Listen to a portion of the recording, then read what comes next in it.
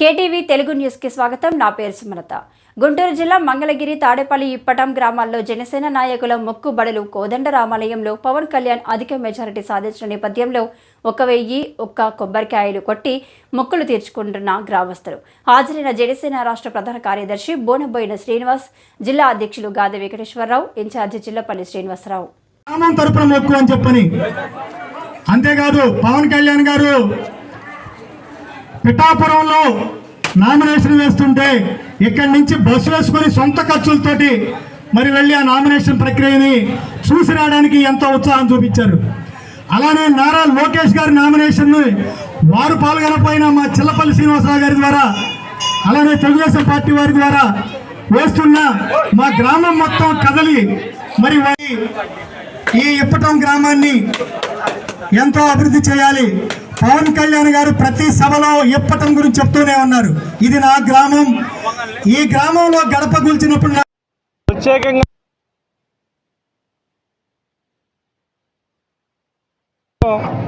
మీరందరూ ప్రజల తరపున జనసేన పార్టీకి, టీడీపీ పార్టీకి, బీజేపీ పార్టీకి చాలా సహాయ సహకారాలు అందించారు. ముందుగా అందుకు మీడియా మిత్రులందరికీ ప్రత్యేకంగా ధన్యవాదాలు తెలియజేసుకుంటూ, లేకపోతే ఈ రోజున ఇప్పటం అనే గ్రామంలో ఈ యొక్క ప్రభుత్వం మారి ప్రజాప్రభుత్వం వచ్చినందుకు ఈ గ్రామస్తులు 1001 కొబ్బరికాయలతో శ్రీరాముడు వారి గుడి దగ్గర కొబ్బరికాయలు కొట్టడం జరుగుతూ ఉంది. రాష్ట్రంలో ఉన్నటువంటి ప్రజలందరూ తెలుసు, ఇప్పటం అనే గ్రామం పవన్ కళ్యాణ్ గారు మీటింగ్ పెట్టేటప్పటికీ పర్మిషన్లు ఇవ్వకుండా ఎవరైతే రైతులు ఉన్నారో ఆ యొక్క మీటింగ్ పెట్టుకోవడానికి స్థలం ఇచ్చినటువంటి రైతులు ఉన్నారో వారిని ఇబ్బంది పెడుతూ, వారి ఇళ్ళని పగలగొడుతూ, రోడ్డు వెడల్పు చేయాలనే సాగుతో పగలగొడుతూ ఇప్పటం గ్రామాన్ని అతలాకుతలం చేసినటువంటి జగన్మోహన్ రెడ్డి ప్రభుత్వాన్ని రాష్ట్ర ప్రజలందరూ కూడా రైతులను ఇబ్బంది పెట్టేటువంటి ప్రభుత్వం ఉండకూడదు.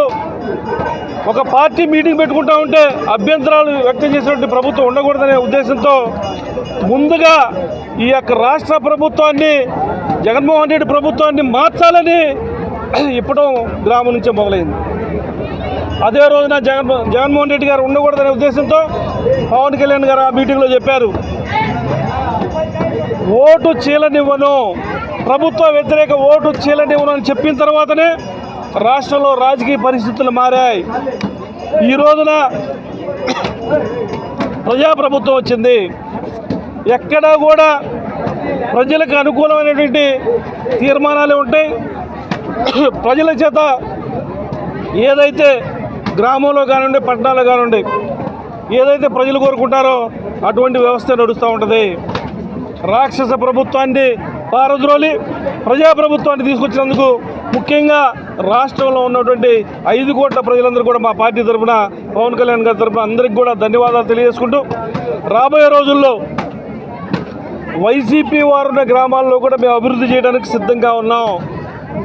ఎలక్షన్ వరకే తప్పితే మీలాగా వైసీపీ ప్రభుత్వం చేపట్టినటువంటి కక్షలు, కార్పణ్యాలు, కుట్రలు, కుతంత్రాలు ప్రజలపై చేయబోమని పవన్ కళ్యాణ్ గారు, చంద్రబాబు గారు స్పష్టం చేశారు.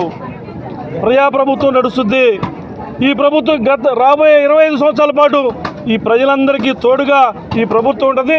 ప్రజలందరూ కూడా ఈ ప్రభుత్వానికి, మా నాయకులకు తోడుగా ఉండాలని చెప్పి కోరుకుంటూ, మరీ ముఖ్యంగా ఇప్పటం గ్రామస్తులందరినీ మరొకసారి అభినందిస్తూ సెలవు తీసుకుంటాం.